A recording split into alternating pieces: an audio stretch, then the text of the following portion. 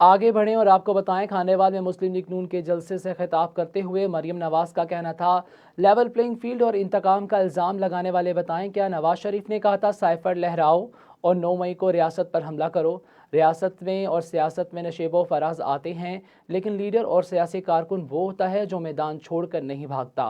आज हमारे सामने मैदान में मुकाबला करने वाला कोई नहीं, ये लोग जूतियां छोड़कर भाग गए।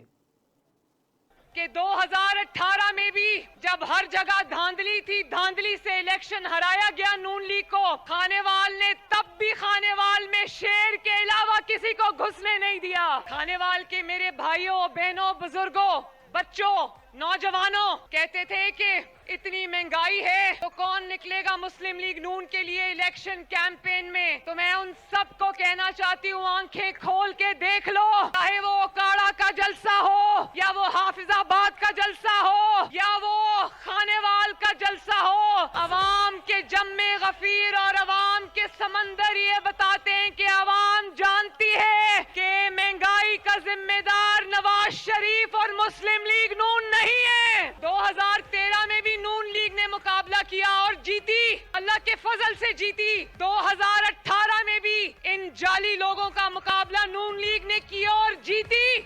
नून लीग को और नवाज शरीफ को 2018 में हराने के लिए इनको इलेक्शन को चोरी करना पड़ा, आरटीएस बंद करना पड़ा। लेकिन मैं आप सबको और मुस्लिम लीग नून को खिराजे तहसीन पेश करना चाहती हूँ कि सबने डट के मुकाबला किया।